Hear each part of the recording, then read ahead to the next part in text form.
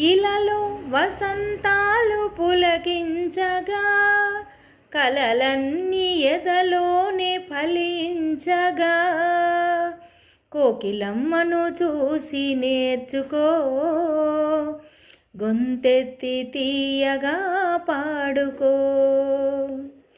కొసకొమ్మకి తాను ఎగిరేను, కసరు మామిడి మెసవి కూసెను, పంచమమ్మగు శృతిని పట్టి పలికేను, కొంచెమైన పిట్ట కూత ఘనమేను, కోకిలమ్మను చూసి నేర్చుకో, గొంతెత్తి తీయగా పాడుకో.